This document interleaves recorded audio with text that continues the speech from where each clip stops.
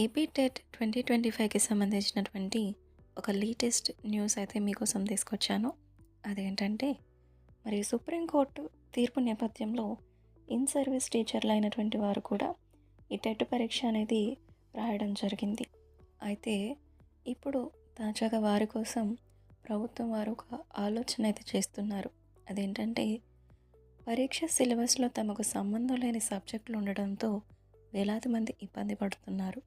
దీంతో 2011కు ముందు నియమితులైన టీచర్లకు మినహాయింపు ఇవ్వడంపై కేంద్రం ఆలోచిస్తున్నట్లు తెలుస్తుంది. ఈ మేరకు అన్ని రాష్ట్రాల నుంచి రిపోర్టులు అడిగినట్లు సమాచారం. కేంద్రం నిర్ణయంతో 12 లక్షల మందికి పైగా టీచర్లకు ఊరట దక్కే అవకాశం ఉంది.